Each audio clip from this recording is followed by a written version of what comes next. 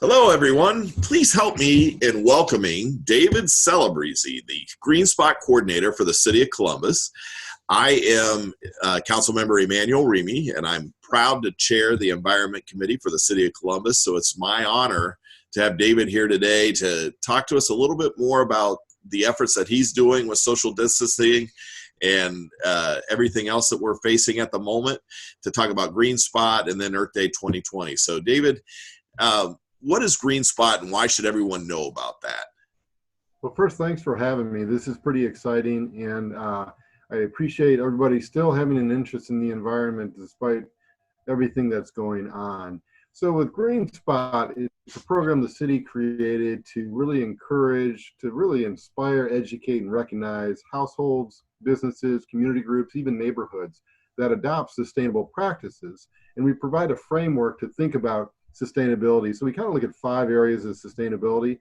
We look at education through inform and engage. We look at green transportation, conserve and protect water, conserve energy, and reduce waste, which of course is reduce, reuse, recycle. So we provide a menu of over 40 different things in which a household can do to be green. And it's a free program to join, free to be a member. And some of the benefits of membership, I don't know if you'll be able to see this or not, but it is the GreenSpot, there it is, the GreenSpot coveted logo that our members get. They get a welcome letter in the mail. They also get an account, an online account in which they could track what they're doing to be green and change their commitments if they want to. And we have different levels of membership, all that type of thing. But really, when it comes down to it, it demonstrates to the city that sustainability is something that is important to the community. That's awesome. I did see there's a checklist of things that you can do during this stay-at-home, period of time, and looked like it was kind of fun. Yeah, absolutely. And if you're at home and you have time on your hands, it's a great way to kind of do almost like a self-audit of your home in terms of how green is it, or what activities that you can do at home to be green. Like for instance, let's say maybe you don't know if you have a water leak or not. So before you go to bed at night, take a cup, put it under the faucet, and just leave it there. In the morning when you wake up, if that cup has water in it, you have a leaky faucet. So there's simple things like that you can do. There's looking in your yard. We've had a lot of windstorms lately, and trash gets blown around in litter. So if it's in your yard, go outside, pick it up. If you have kids, do this with them as well. Like go through that checklist and ask them, hey, do you turn off the water when you brush your teeth? Maybe we should try it. So there's all sorts of ways in which, whether you have kids or you don't have kids, there's something for everybody. Makes sense. How can a Columbus resident become a GreenSpot member? Sure. So you go to the website, columbus.gov, and you click on the Join Us, and you fill out an online application, and you basically choose at least 2 things that you're doing to conserve and protect water, 2 things to conserve energy, and 2 things to reduce waste. And we have a menu of options that they could choose from. My guess is most people are doing at least 2 things in each of those categories, if not more. And then each activity or each commitment has points associated with it. And that kind of determines your GreenSpot level, and there's different benefits for the different levels of membership. But it really is a kind of a cool thing. It's not hard to do at all. And again, it's something that if you have kids, bring them along, and it's a great way to teach them about like sustainability in a way that they understand, and it's something where they can actually do. We always say that the youth are the future, right? And I agree with that, but I also think that they are right now, and there's actions they could take right now that could help form a better future for them. That's awesome. And if a Columbus business wants to become, is it the same process? Yeah, so the application is a little bit different for businesses, but it's the same concept. So they choose actions that they're taking, or from that menu under water, energy, reduce waste, inform and engage, and green transportation. And with that, like our big kind of awards that we do is our Green Spotlight Awards, which I know you're very familiar with, and we appreciate you being involved with those for a number of years. Which it came up on my calendar recently, and of course we weren't able to hold it this year, but Yeah, we're exploring different options and ideas of maybe moving it to October or later in the year because we really want to keep that momentum going. But yeah, absolutely, it made sense that we had to cancel that. And in fact, about not about but dozens of events throughout the community were postponed or have to be rethought because of the COVID-19. And it's the right thing to do. Sure. We have to be resilient. We have to learn how to adapt. And I think that's what the community at the grassroots level is doing. I think the awesome thing is that conservation can still happen regardless of whether or not you're out and about or not. In fact, it's probably a little bit easier to make some of these things happen because we've got so much time on our hands to at home to be able to get things done. Go ahead. I was going to say absolutely. Since I really don't drive. I drive to the grocery store, and that's about it. So I'm on the same tank of gas for quite a while now. And Me as well. I've seen those savings with that. So there's certainly ways to incorporate or being forced to do conservation, I guess you could say. But a lot of it is easy. And a lot of it is something that you just might not think of, but you're like, yeah, I could turn off a light when I leave a room. I really don't need it on. Things like that. Use, reusable. Like I showed my cup here, my reusable cup. This is usually at the office, but since I'm working remotely, I took it with me. So there's things like that. There's recycling. We're seeing a lot more. I see it anecdotally. We're having a lot more recycling in our recycling cart as a result. Because usually when I'm at work, I'll recycle at work. So yeah, for sure. There's all those things, and it really does give us a minute to nice. I have this is a glass straw, and I reuse it every single day. So, cool. Can you talk a little bit about how this is all affected, like say Earth Day 2020 in Columbus? Sure. So, like I mentioned, like dozens of events have been canceled or postponed. It's the right thing to do, and I think it's a way for us as a community. We have to think on our feet when something like this arises. We need to adjust. So there's a lot of virtual meetings and interviews going on. We're teaming up with Green Columbus to do some virtual things on Earth Day, which is next Wednesday, the 22nd. And some groups are postponing their activities to a little bit later.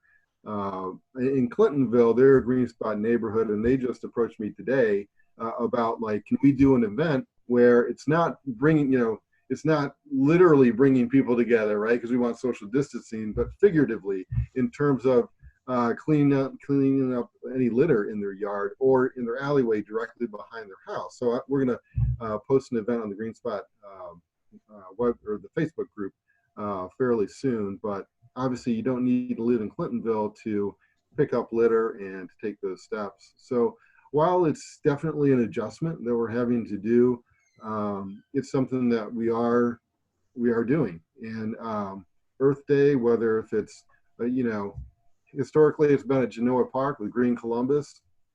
This year it's a little bit different, but it doesn't mean that we can't do it. In fact, there's other groups like even Columbus Recreation and Parks. They have a kind of a fun ID in the parks program they're doing, not program, but encouraging people to do for Earth Day. We have, I mentioned Green Columbus.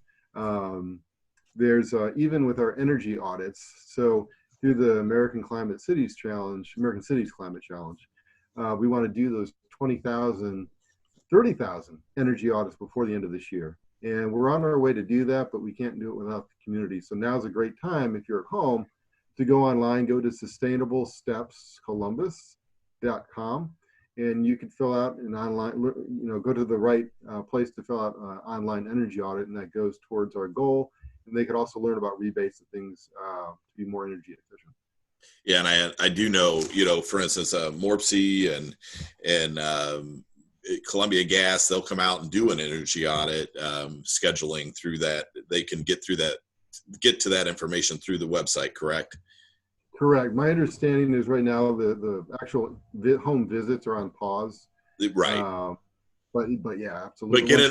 get in line so that when this thing does break, because I know how valuable, as a realtor, I always encourage my clients to get that done. It makes sense to understand where the deficiencies are in your house, and there's usually some great programs to help, especially with senior citizens and those that are disadvantaged, to be able to have their home insulated, a significant reduction in costs and rebates that are available. So it doesn't hurt to get in line now. Obviously, during this epidemic, it's not happening, but certainly soon enough, hopefully we'll get back to the point where we're doing those sort of things.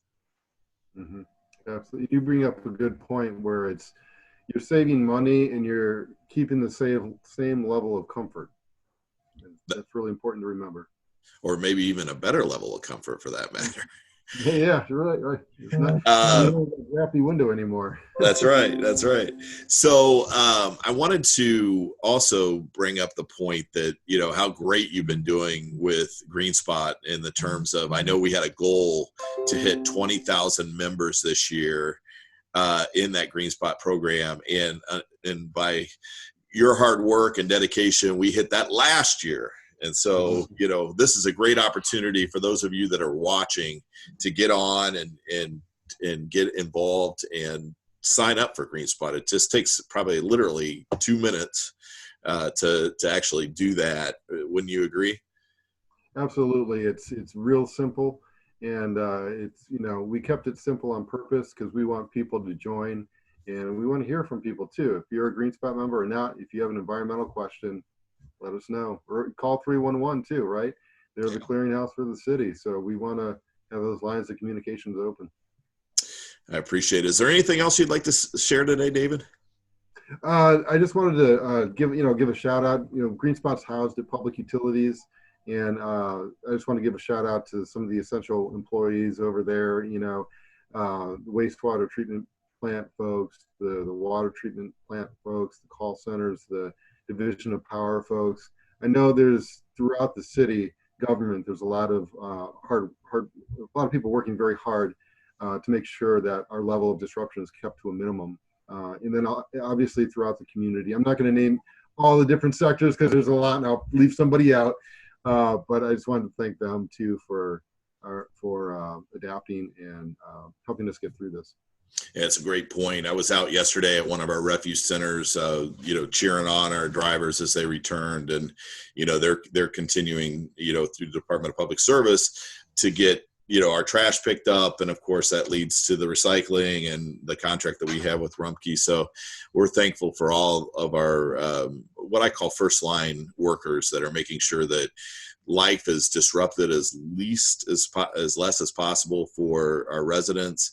And these guys are doing a phenomenal job at the risk of their own health and family. But we've got a great plan in place for across the board for our city workers. And so it's nice that we can rely on them to make life as close to normal as possible, despite the fact that we're all staying at home. David, thank you so much. On behalf of my colleagues, I truly want to say how much we appreciate your work and efforts. You really are the catalyst to make sure that all of the things that we're trying to do in the community are maintained, and we are working hard to develop strategies to make our conservation efforts, far greater than any of the other cities that we compete with. And I think one other thing I wanted to point out before we left, but today, was the clean water challenge. That was that last year now? Mm-hmm. Yeah, we ended up. Yeah, that was last year. Where do we end up? Yeah. Where do we end up in that clean water challenge? We were number one, man. Number one. That was awesome. I mean, just to beat out places like New York City and all these other big cities that have big programs just as well. Through your efforts, we were able to become number one in that, and that was awesome. Thank you. Well, it takes a village to go green. I don't know if that's a thing or not, but it could be. It certainly will. But yeah, I appreciate it. And let's make once all this clears up with the pandemic, let's continue those big strides. Absolutely. Well, thanks so much, David. You have a great weekend. Stay safe. Keep up the great work. We appreciate you.